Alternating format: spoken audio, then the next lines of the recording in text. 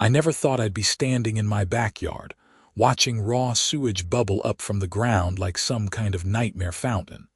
But there I was, holding a shovel and wondering how my life had come to this point.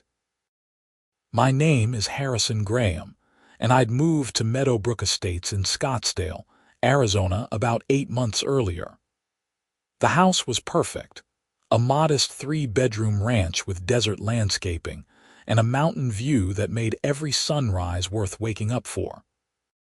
I worked remotely as a software developer, which meant I spent most of my days at home, usually in my office that overlooked the backyard where I could see the occasional roadrunner darting between the cacti. Everything had been fine until about 3 weeks ago when I noticed my water pressure dropping. At first, I figured it was just the Arizona heat affecting the pipes, maybe some mineral buildup from the hard water. Then my toilet started draining slowly. Then the shower in the guest bathroom made a gurgling sound that reminded me of a dying animal. I called a plumber, a guy named Mike who'd been recommended by my neighbor, and he came out on a Tuesday morning. Mike was one of those guys who looked like he'd seen everything twice and wasn't impressed either time. He spent about an hour checking my pipes, running his camera down the drains, and making non-committal grunting sounds. Finally, he came back into the house and asked to see my septic system layout. "Your septic tank is on the east side of your property, right?" he asked, squinting at the property survey I'd pulled up on my laptop. "Yeah, that's what the inspection report said when I bought the place." Mike scratched his head. "Well, that's weird, because I'm seeing flow going in 2 directions. Your waste is going to your septic tank like it should, but there's also something pulling from your system." "What do you mean, pulling from my system?" "I mean someone tapped into your line. There's a junction about 15 feet from your foundation that shouldn't be there. Professional work too, not some DIY disaster. Whoever did it knew what they were doing." I felt my stomach drop. "Someone is using my septic system. Looks that way. You might want to check with the HOA, see if they did some kind of utility work recently." The HOA, of course. I'd managed to avoid most interactions with the Meadowbrook Estates Homeowners Association since moving in, aside from the welcome basket that had arrived with a 40-page handbook of rules and regulations. The president was a woman named Karen Summers, and I'd met her exactly once when she'd stopped by to inform me that my mailbox was the wrong shade of tan and needed to be repainted to match the approved color palette. I called the HOA office that afternoon. A perky secretary named Jennifer answered and put me through to Karen after I explained my situation. "Mr. Graham, I'm not sure what you're implying," Karen said in that particular tone that middle-aged women use when they are about to make your life difficult. "The HOA hasn't authorized any work on private septic systems." "I'm not implying anything, Mrs. Summers. I'm telling you that a licensed plumber found an unauthorized connection to my septic line. I need to know if the HOA did any utility work in the past few months." There was a pause. "Well, we did expand the community center, added new restrooms and a kitchen facility, but that has nothing to do with your property." "Where's the community center?" "It backs up to the green belt behind your property line, but we have our own septic system. A brand new one installed just 2 months ago." I felt something click in my mind. "Who did the installation?" "I don't see how that's relevant to your issue, Mr. Graham. Mrs. Summers, if someone tapped into my septic system without permission, that's illegal. I need to know who did the work on the community center."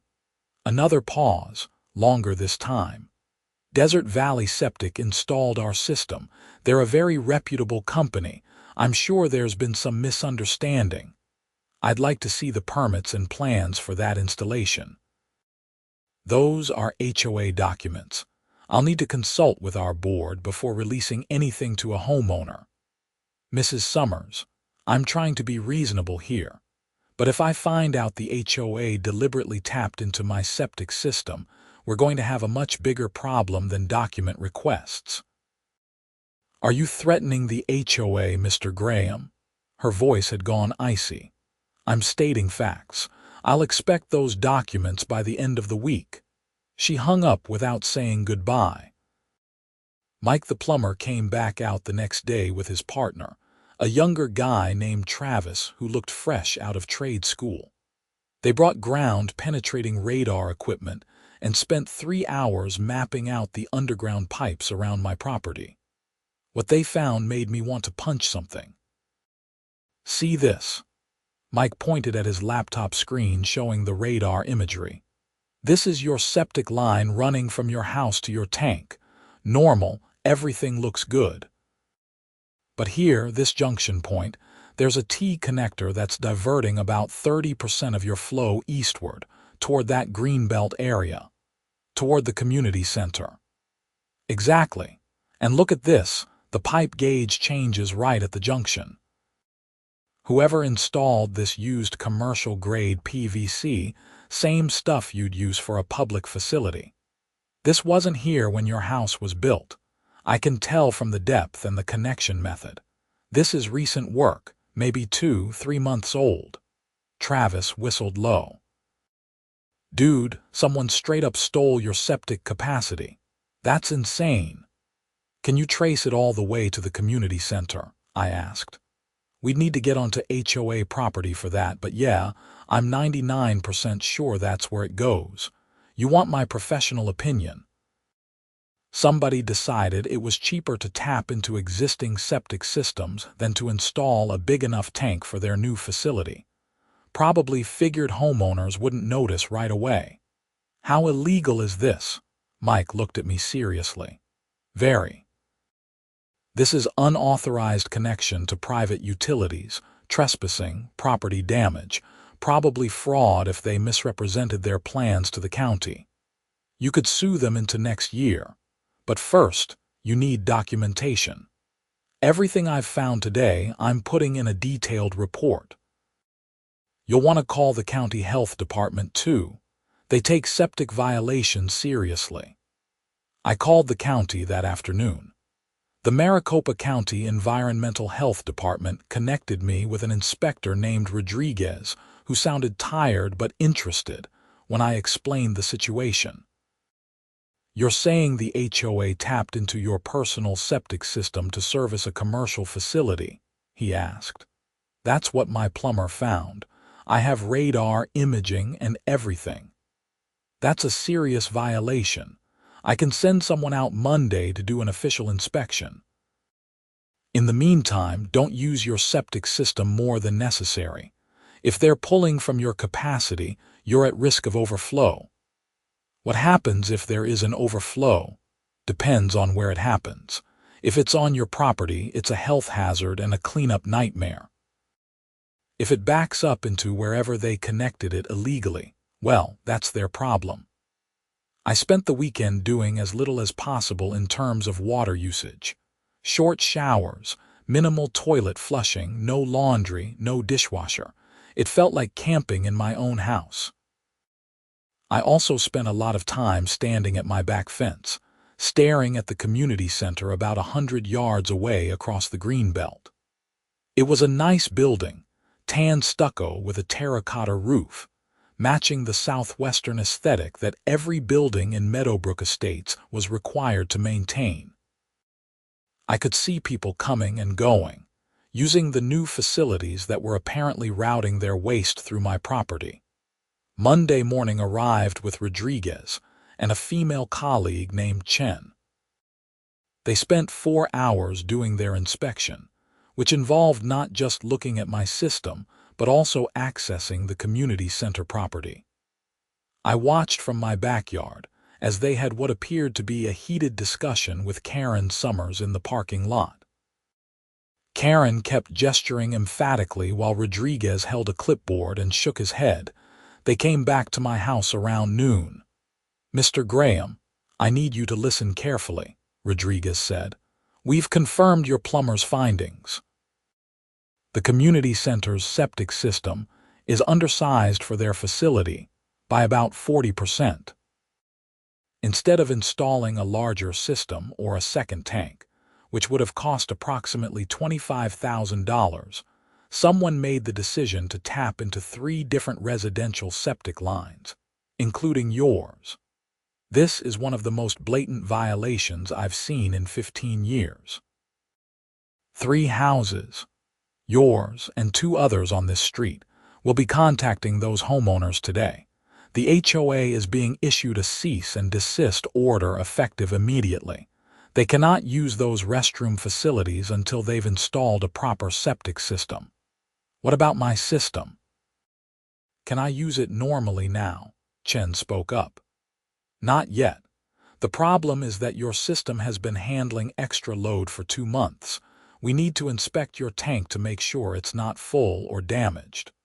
Also, the illegal connection needs to be physically severed and your line needs to be repaired. That's the HOA's responsibility, and we'll be making sure they pay for it. How long will that take? If they cooperate, maybe a week. If they fight us, it could be months. I'm hoping they'll see reason and just fix what they broke. Karen Summers did not see reason. That evening, I received a certified letter from the HOA's attorney, a guy named Mitchell Price from a law firm in Phoenix. The letter informed me that the HOA disputed the county's findings, claimed that any connections to my septic system were pre-existing and part of the original development infrastructure, and threatened legal action if I made any defamatory statements about the HOA or its management. I called Mike the plumber. Can they claim the connection was original to the development? No way. I can prove it's recent work from the materials and methods used. Plus, your home inspection from 8 months ago would have caught something like that. You still have that report? Yeah, in my files. Good. Get a lawyer. This is about to get messy. I found an attorney through a referral from a coworker who dealt with property disputes before. Her name was Nicole Walker, and she had an office in Old Town Scottsdale with an impressive wall of diplomas and certifications. She was probably in her mid-40s, with dark hair pulled back in a professional bun and the kind of sharp eyes that suggested she didn't miss much. This is straightforward, she said, after reviewing all my documentation. The HOA committed multiple crimes, civil violations, and breached their fiduciary duty to the homeowners. We can sue for damages, cost of repairs, diminished property value, and probably get an injunction forcing immediate remediation. The question is whether you want to settle quickly or make an example of them. What's the difference? Settling quickly means they pay for fixes and maybe some compensation. Everything gets handled quietly. You move on with your life. Making an example means we go public, file complaints with every relevant agency, push for criminal charges against the decision makers, and probably end up in court for months. You'll win, but it'll consume your life for a while. What would you do? Nicole smiled. I'd burn them to the ground. But I'm vindictive. What matters is what you can live with. I thought about Karen Summers and her threat letter. I thought about how she'd stood in my driveway 8 months ago and told me my mailbox was the wrong color with all the warmth of a parking ticket. I thought about her hanging up on me when I'd asked reasonable questions. Let's make an example, I said. Nicole's smile widened. Good. Let's start with a demand letter that lays out exactly what they did and what we want. When they refuse, which they will, we file suit and contact the media. Nothing motivates HOAs like bad publicity. The demand letter went out Tuesday morning.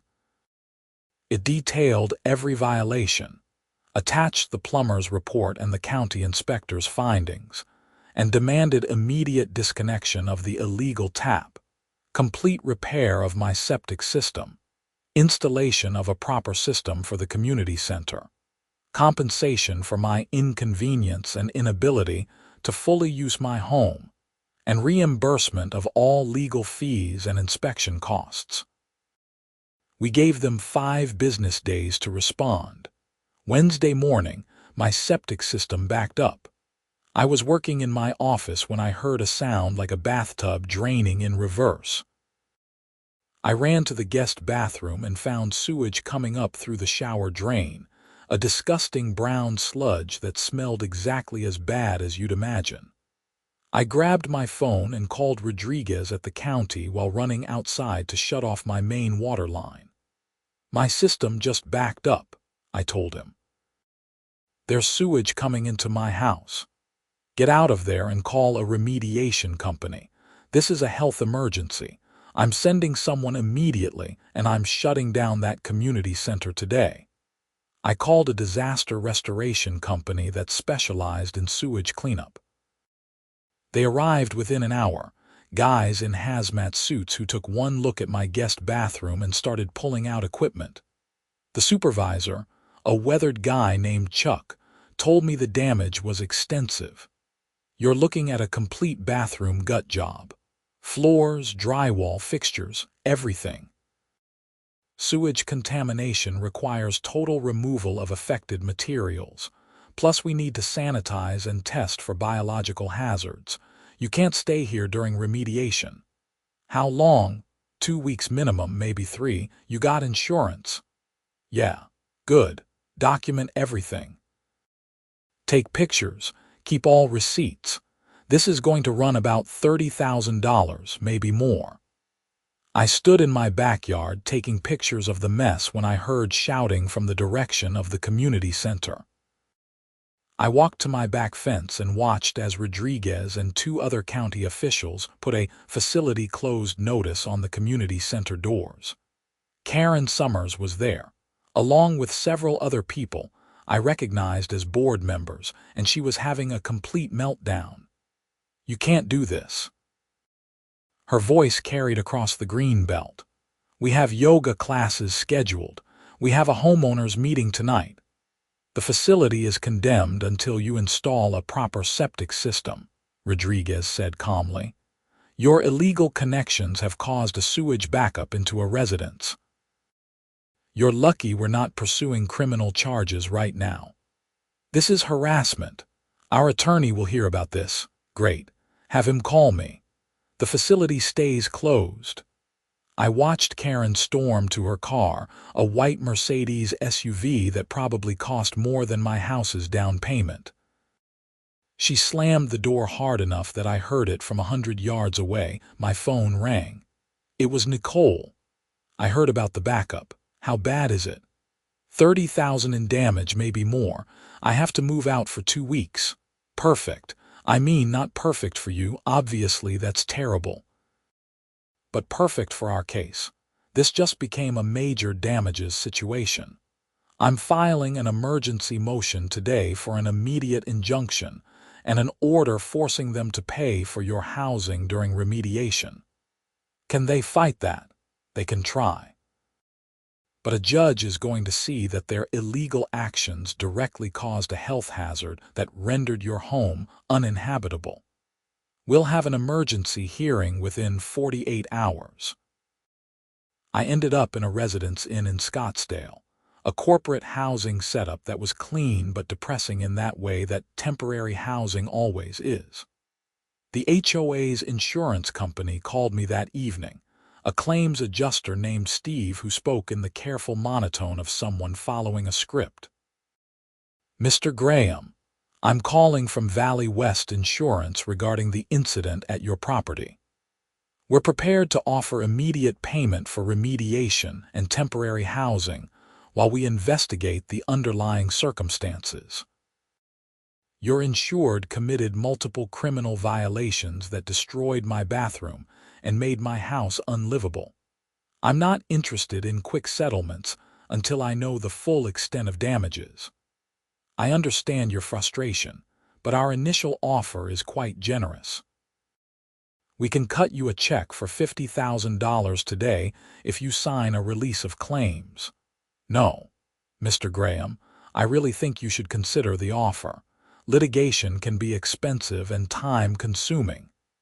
Then you should tell your insured to stop breaking the law.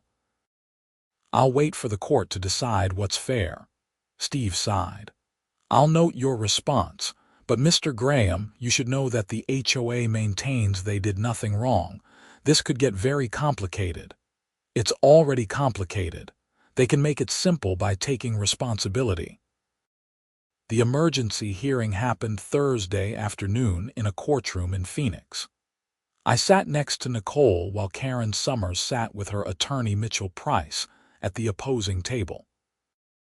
The judge was a woman in her 60s named Patricia Walsh, who looked like she'd heard every excuse in the book and wasn't interested in hearing them again. Price went first, arguing that there was a dispute about the facts, that the HOA had relied on professional contractors who may have made errors, and that an emergency injunction was premature. Your Honor, the HOA is willing to cooperate with all proper investigations, but forcing them to make immediate payments before liability is established sets a dangerous precedent. Judge Walsh looked at him over her reading glasses. Mr. Price, are you disputing that the HOA connected the community center to your client's private septic system? We're disputing that it was done knowingly or improperly, Your Honor. The contractors may have believed they were connecting to common infrastructure. The County Environmental Health Department determined it was an illegal connection. Are you saying their inspectors are wrong? We're saying the situation requires more investigation before conclusions can be drawn. Nicole stood up. Your Honor, if I may. The county's report is clear and detailed. There is no ambiguity. The HOA installed an undersized septic system for their commercial facility and illegally tapped into 3 residential properties to make up the deficit. As a direct result, my client's home was flooded with sewage and is currently uninhabitable. He's living in a hotel and will be for at least 2 more weeks. The HOA should pay for that immediately, and the connection should be severed today. Judge Walsh reviewed the stack of documents Nicole had submitted. I've read the county report. I've read the plumber's analysis. I've seen the photographs of the damage. Mr. Price, does your client dispute any of these specific facts? Price glanced at Karen, who whispered something to him. Your Honor, we'd like time to conduct our own inspection before admitting anything. That's not an answer. Miss Walker has provided expert testimony and government findings. Do you have any evidence that contradicts those findings? Not at this time, Your Honor, but we believe further investigation will show the situation is more complex than it appears. Judge Walsh closed the folder. Here's what's going to happen. The HOA will immediately pay for Mr. Graham's temporary housing until his home is habitable again. The HOA will pay for all remediation costs. The illegal connection will be physically severed within 72 hours under county supervision. The HOA is enjoined from using the community center facilities until a proper septic system is installed. We'll reconvene in 30 days to discuss permanent damages and any criminal referrals. Are we clear? Your Honor, that's an undue burden on the HOA and its members, Price protested. Mr. Price, your client broke into someone's septic system and caused a sewage flood.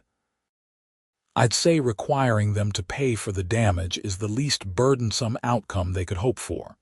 If I see any evidence they're dragging their feet on compliance, I'll start issuing contempt citations. Order granted. I felt tension I didn't know I'd been carrying drain out of my shoulders. Nicole smiled slightly and packed up her briefcase.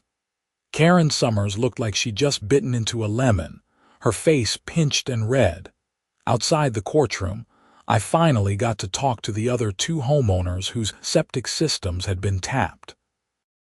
One was a retired couple named the Petersons who lived 4 houses down from me. The other was a single mother named Amanda Cruz who worked as a nurse and had 3 kids.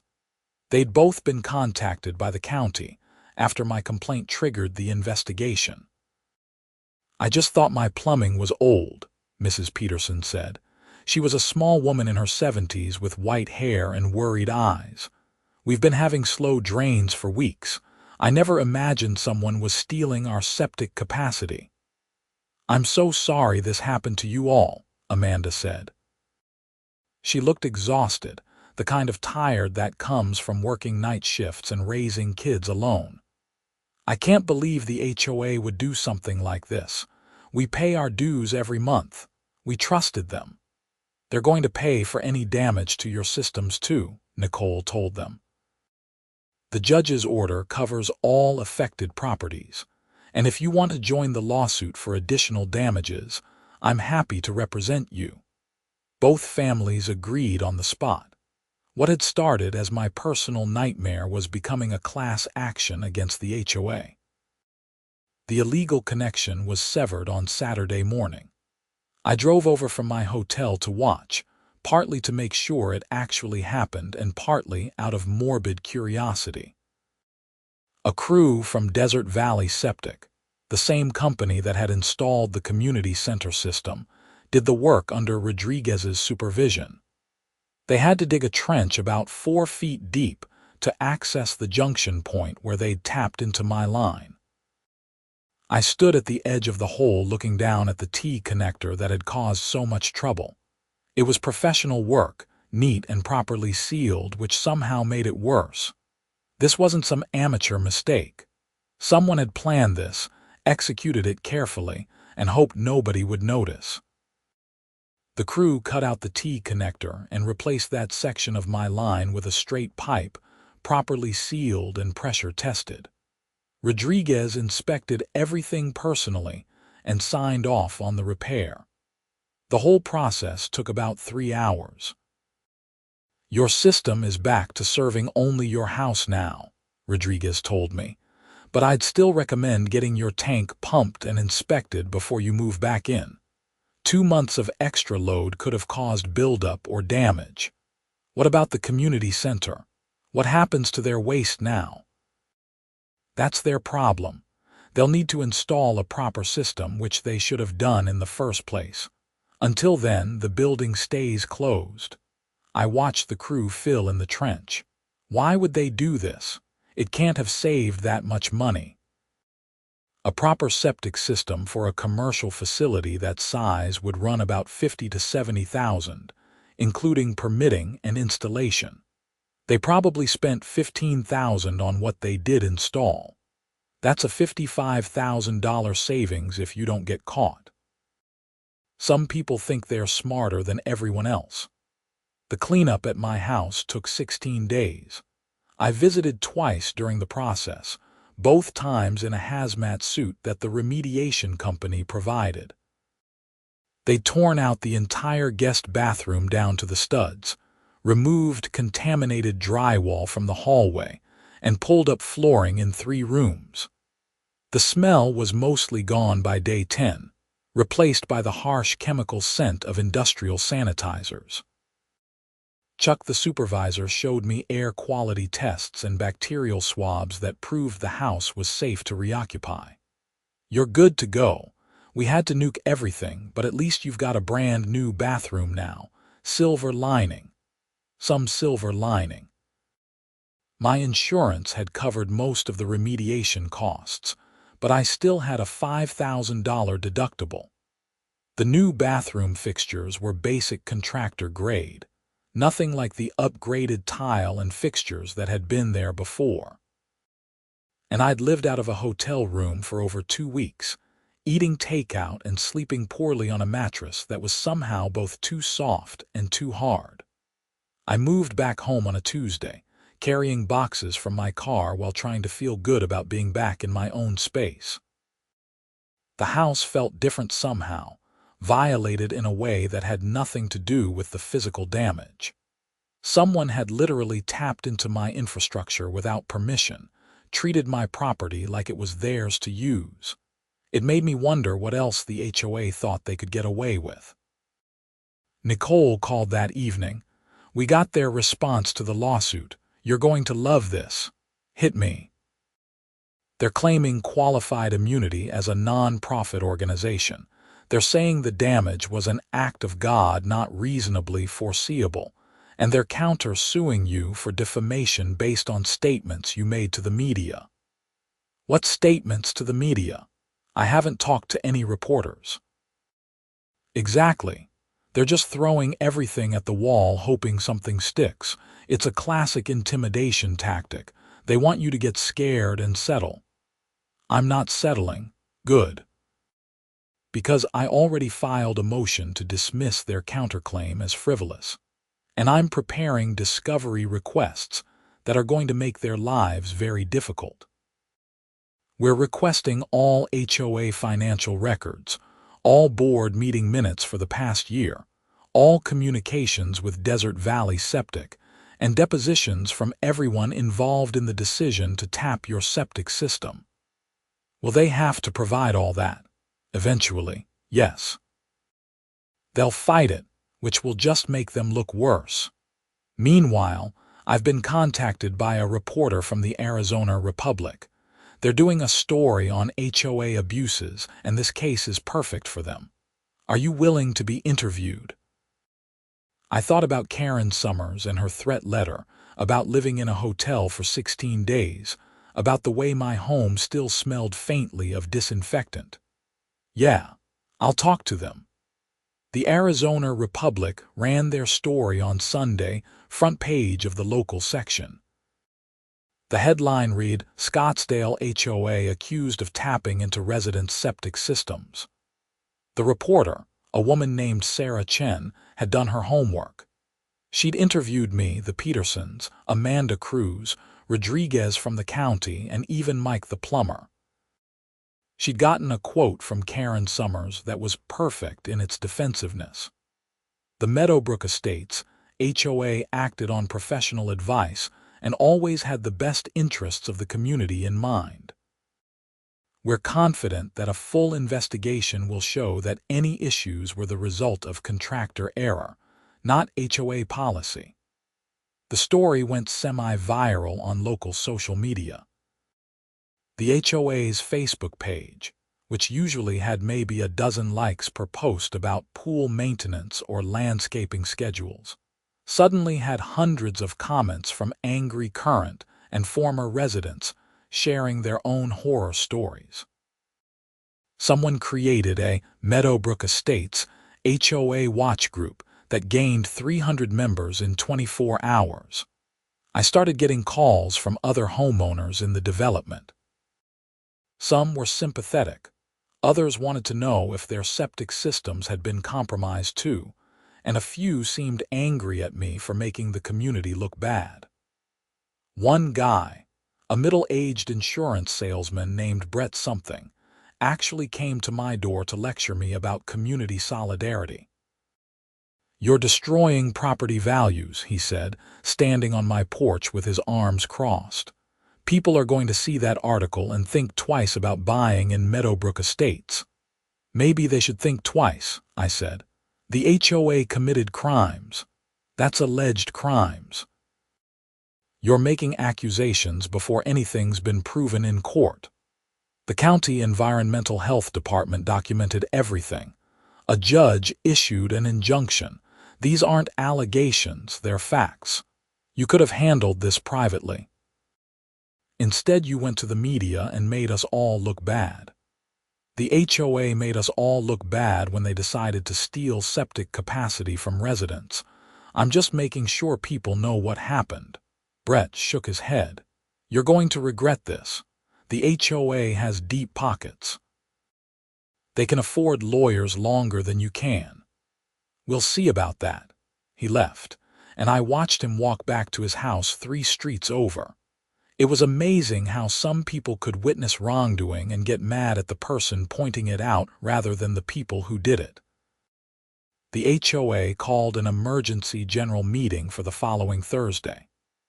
Every homeowner received a certified letter stating that important community business would be discussed and attendance was strongly encouraged. The meeting was scheduled for 7 p.m. at Palo Verde Elementary School, since the community center was still closed. I showed up with Nicole. The school cafeteria was packed with at least 200 people, far more than usually attended HOA meetings. Karen Summers sat at a table at the front with 4 other board members and Mitchell Price. They'd set up a microphone and a projector showing the meeting agenda. Karen called the meeting to order. She looked different than in court, less polished. Her hair wasn't quite right, and there were dark circles under her eyes that makeup didn't fully hide. Thank you all for coming tonight. I know there have been many questions and concerns following some recent events. The board wants to address these matters directly and transparently. Someone in the back shouted, "Why did you tap into our septic systems?" "Please hold questions until the public comment period," Karen said stiffly. "First, I want to introduce our attorney, Mitchell Price, who will explain the legal situation."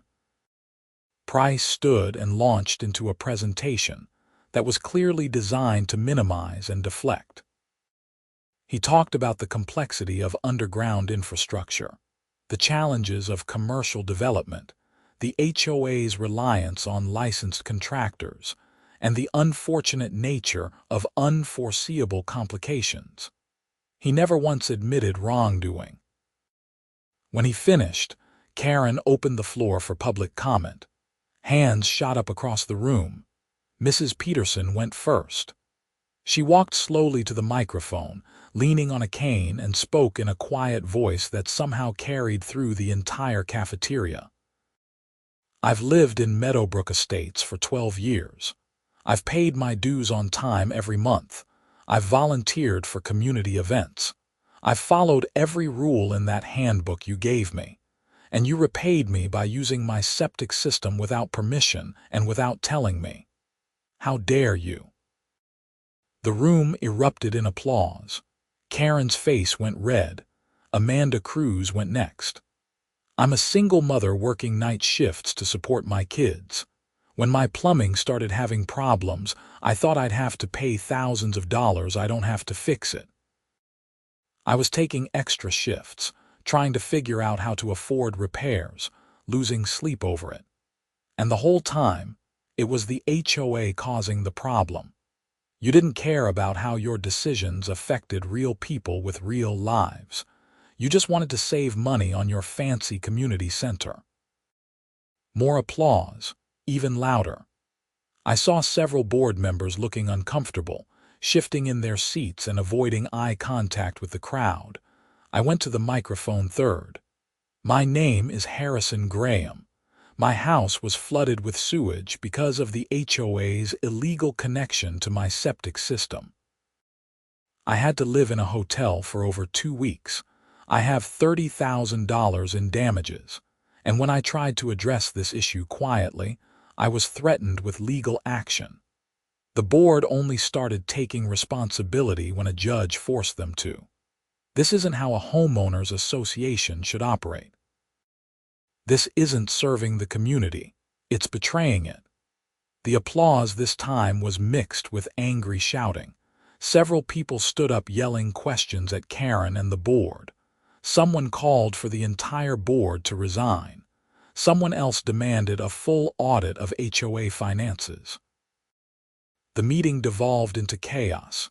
Karen tried to restore order, banging a gavel and calling for calm, but people had reached their limit. Mitchell Price leaned over and said something to her. She nodded, banged the gavel twice more, and announced that the meeting was adjourned. The board members practically fled through a side door while the cafeteria continued buzzing with angry conversations. Nicole smiled. "That went well. For us, or for them, definitely for us. Public opinion is completely on your side now. The HOA is going to have a very hard time finding community support for fighting this lawsuit." She was right. Within a week, 2 board members resigned, citing personal reasons, but everyone knew it was because of the septic scandal. Karen Summers remained as president, either out of stubbornness or because nobody else wanted the liability of the position. The lawsuit moved forward through discovery. Nicole's requests for documents produced thousands of pages of records that told an increasingly damning story. The HOA had gotten initial bids for the community center septic system that ranged from $60,000 to $75,000. Karen had pushed for a cheaper solution, and the board had authorized her to find one. She'd worked directly with Desert Valley Septic to design the undersized system and the illegal taps into residential lines. There were emails that made my blood boil. In one exchange, Karen wrote to the contractor, "None of the affected homeowners will notice the reduced capacity. These are modern low-flow fixtures. The additional load will be minimal and untraceable." In another email, a board member named Patricia Chen raised concerns about the legality of the plan. Karen responded, "We've consulted with legal counsel. As long as the work is done professionally, and the connections are on HOA-maintained easements, we're within our rights as the governing body." That was a lie. Mitchell Price, when deposed, admitted he'd never been consulted about the septic plan until after the work was done. Karen had made that up to reassure the board. Nicole filed an amended complaint adding fraud and conspiracy charges.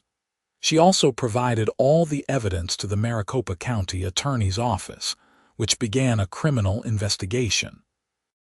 I got a call from a detective named Ramirez who wanted to interview me about the whole situation. "Mr. Graham, I want you to understand that criminal charges in cases like this are complex," Detective Ramirez said. We were sitting in my living room, him in his suit looking official, me in jeans feeling like I'd stepped into a TV crime drama. "We need to prove not just that laws were broken, but that specific individuals knowingly broke them with criminal intent." The emails seem pretty clear. They help, definitely. But we need to establish that Miss Summers understood she was committing crimes when she authorized this work. Her attorney will argue she relied on contractors and believed everything was legal. She lied about consulting with her attorney. That shows consciousness of guilt, doesn't it? Ramirez nodded. It helps. We're also looking at the contractor, Desert Valley Septic. They should have known they were doing illegal work. Licensed contractors have a responsibility to follow code. Will they be charged too? Possibly. We're still investigating. These things take time. Time was something I had plenty of while waiting for the legal system to grind forward. Life in Meadowbrook Estates had gotten weird. Some neighbors were supportive, bringing over casseroles and offering words of encouragement. Others avoided me like I had a contagious disease. The HOA stopped sending me violation notices, which was nice, but I suspected it was more about avoiding evidence of harassment than actual goodwill. The community center remained closed, a monument to the HOA's hubris. Someone spray-painted "closed due to illegal activity" on the front doors one night. The HOA had it removed within hours, but not before several people took pictures and shared them online. In October, about 5 months after the initial backup, the civil lawsuit went to mediation. A retired judge named Frank Morrison ran the session in a conference room in Phoenix. Nicole and I sat on one side of a long table while Karen, Mitchell Price, and a representative from the HOA's insurance company sat on the other. Judge Morrison explained the process. "We're here to see if we can reach a settlement that avoids a trial. Both sides present their positions. We discuss options and hopefully find common ground. Mr. Price, why don't you start by explaining your client's position?" Price cleared his throat. "Your Honor, while the HOA acknowledges that there were some irregularities in the septic system installation, we maintain that these were the result of contractor error rather than deliberate policy decisions. The HOA acted in good faith throughout, and should not be held liable for damages beyond the actual cost of repairs, which have largely been covered by insurance. What about Mr. Graham's hotel costs, the value of his time, the damage to his property value, and the emotional distress of having his home flooded with sewage? Judge Morrison asked. Those are unfortunate consequences, but not something the HOA should be held financially responsible for beyond basic remediation. Nicole practically vibrated with suppressed anger. Your Honor, I have emails showing that Miss Summers personally designed and authorized the illegal septic connections.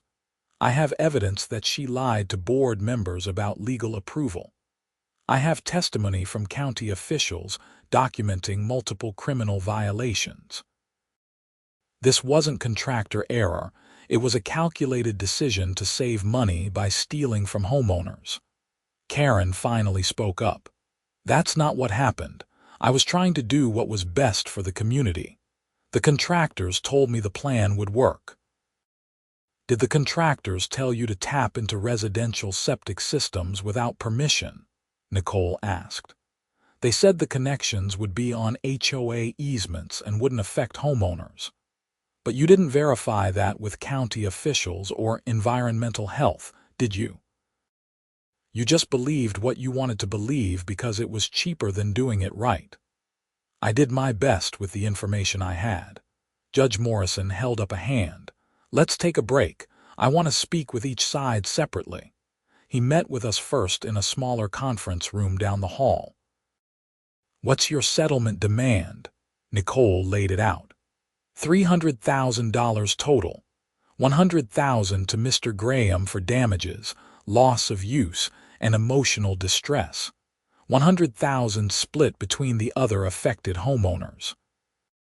$100,000 in punitive damages to send a message, plus full coverage of attorney's fees and costs, which are running about $40,000 at this point. That's a lot of money for an HOA. They caused a lot of damage, and this isn't just about money, it's about accountability. They need to understand that they can't treat homeowners this way.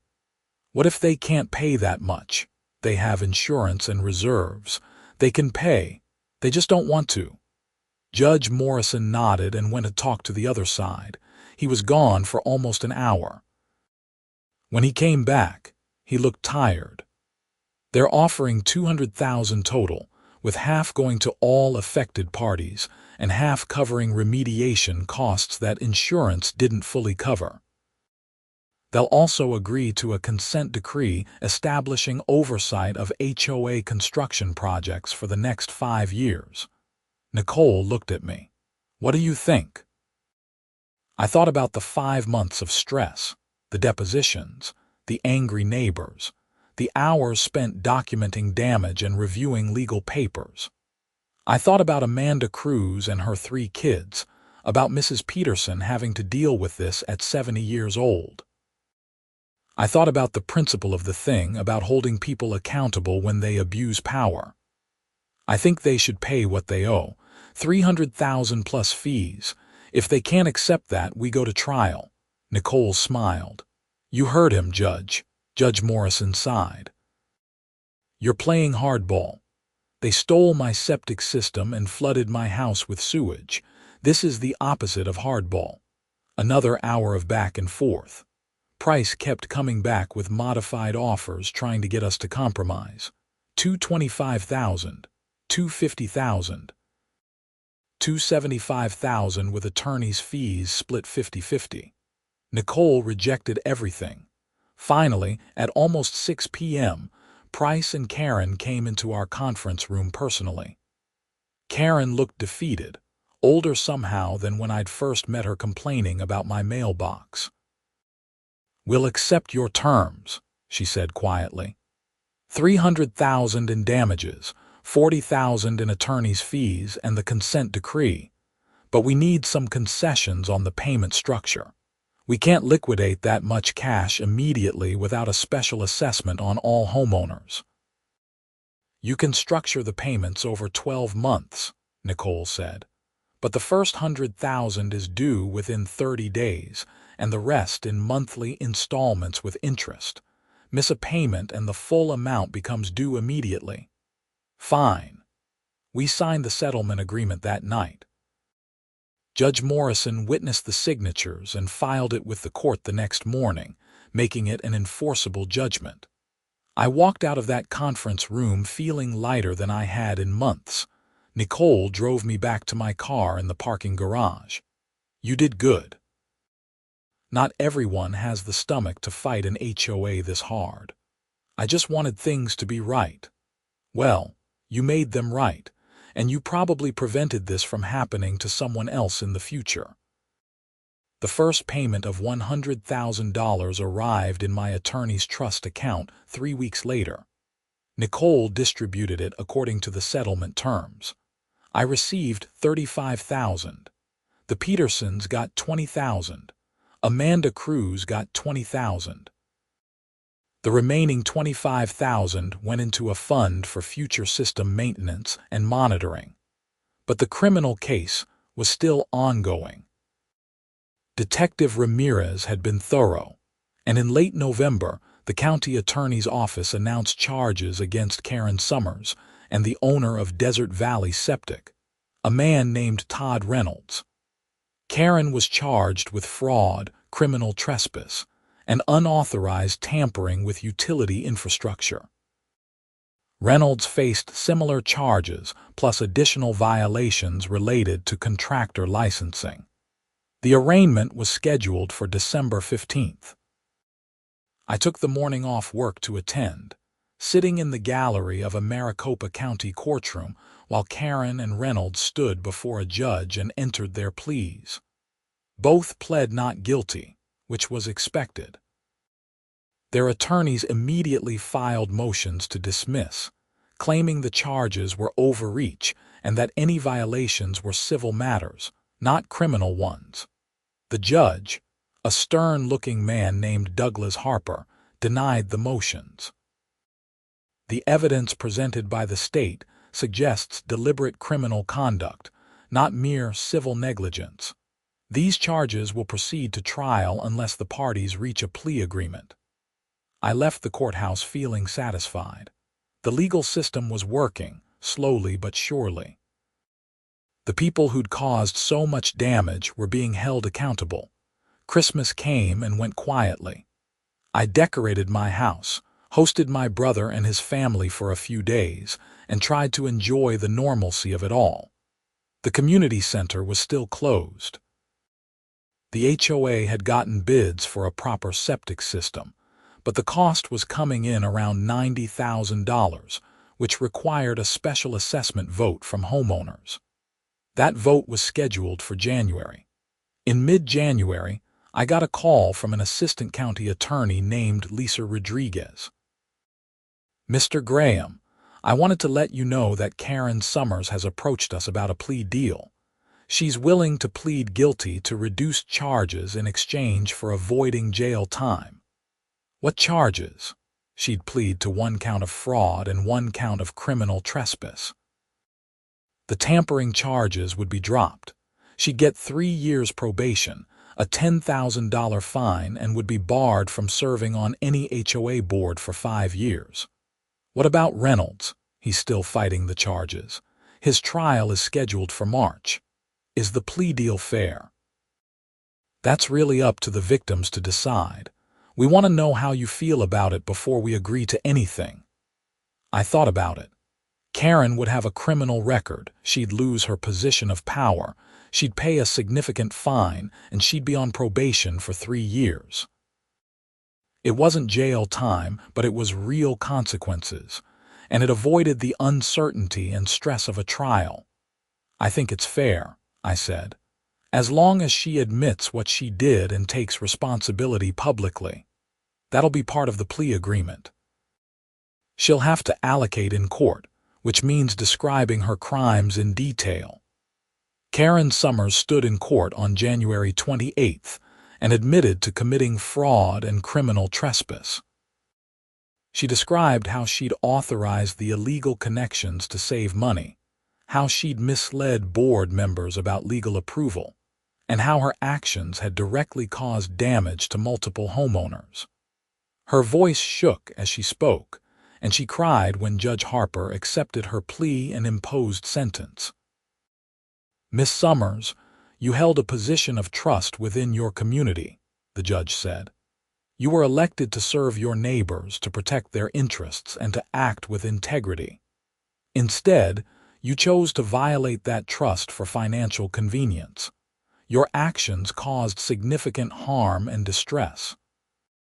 While I'm satisfied that probation is appropriate given your lack of prior criminal history, understand that any violation of probation will result in immediate incarceration. Do you understand?" "Yes, Your Honor," Karen said quietly. I watched her leave the courthouse with her attorney, walking quickly with her head down, trying to avoid the few reporters who'd showed up to cover the case. I felt something between satisfaction and sadness. Justice had been served, but it was a hollow kind of victory. Nobody won when things got to this point. Todd Reynolds went to trial in March. I testified about my interactions with Mike the plumber and the discovery of the illegal connections. Rodriguez from the county testified about his investigation and the violations he documented. Expert witnesses explained how septic systems work and why Reynolds should have known the work was illegal. Reynolds' defense was that he'd been following instructions from the HOA and had believed the connections were approved. His attorney painted him as a victim of Karen's lies, just a contractor trying to do the job he was hired for. The jury didn't buy it. After 3 days of testimony and 4 hours of deliberation, they found him guilty on all counts. Judge Harper sentenced Reynolds to 2 years in county jail, 5 years probation after release, loss of his contractor's license, and a $50,000 fine. It was a harsh sentence, but Reynolds had a prior conviction for fraud from a decade earlier, which the judge considered evidence of a pattern. "Mr. Reynolds, you are a licensed professional with specialized knowledge and ethical obligations," Judge Harper said during sentencing. "You knew this work was illegal. You did it anyway because it was profitable. Your actions endangered public health and safety. The sentence I'm imposing reflects the seriousness of these crimes and the need to deter other contractors from similar conduct." By April, life in Meadowbrook Estates had mostly returned to normal. The special assessment passed, barely, and construction began on a proper septic system for the community center. It was projected to take 6 weeks and cost $92,000. Split among all 360 homes in the development, which worked out to about $250 per household. Some people complained about the additional cost, but most understood it was necessary. A few tried to blame me, arguing that if I'd kept quiet, the HOA could have handled things internally without all the legal expenses. I ignored them. People who wanted to blame the messenger instead of the wrongdoers weren't worth arguing with. The community center reopened in June with a ribbon-cutting ceremony that the new HOA president, a retired accountant named Gregory Phillips, insisted I attend. I almost declined, but Nicole convinced me it would be good for community relations. "You won," she said. "Now you can be gracious about it." So I showed up and shook hands with Gregory and the new board members, all of whom seemed genuinely committed to running things properly. Gregory made a short speech about transparency and accountability, about learning from mistakes, and about serving homeowners with integrity. He specifically thanked me, the Petersons, and Amanda Cruz for bringing the septic issues to light. "Nobody wants to discover problems like this," he said. "But when they happen, we have a responsibility to address them honestly and fix them completely. That's what this community did, and we're better for it." There was polite applause. I noticed that neither Karen Summers nor any of the board members who'd served during the septic scandal were in attendance. They'd all resigned or been voted out in a special election. The HOA had essentially cleaned house. Mrs. Peterson came up to me after the ceremony. "Thank you for fighting this, Harrison. My husband and I would never have had the energy to take on the HOA alone. You did a brave thing." "I just didn't want to live in a hotel eating takeout," I said with a smile. She laughed. "Well, your stubbornness helped all of us. The settlement money helped us replace our aging septic tank. We probably would have had a failure soon anyway, so it worked out." Amanda Cruz found me next. "I used my settlement to set up college funds for my kids. That money is going to make a real difference for them. So thank you." "You're welcome. I'm glad something good came out of this mess." I stayed for about an hour, made small talk with neighbors, and toured the renovated community center. The new restrooms were nice, modern fixtures with automatic sensors. Most importantly, they were connected to a properly sized septic system that was permitted, inspected, and completely independent of any residential properties. Driving home that evening, I thought about the past year.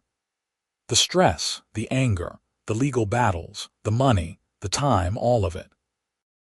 Part of me wished I'd just paid to disconnect the illegal tap and moved on with my life quietly. It would have been easier, less contentious, less consuming.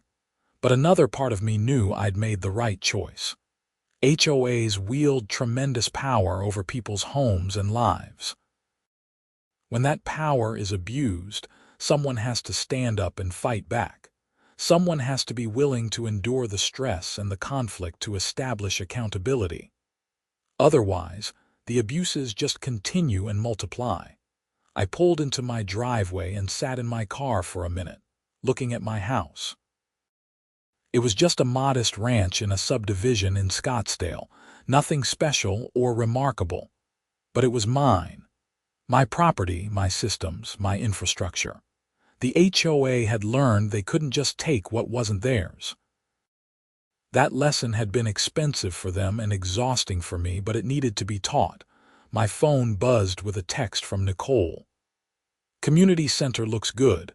Congrats on surviving HOA hell. Drink sometime." I smiled and texted back. "Definitely, I'm buying."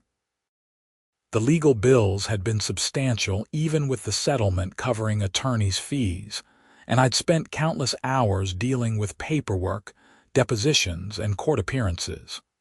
But I'd also won, not just in court, but in principle.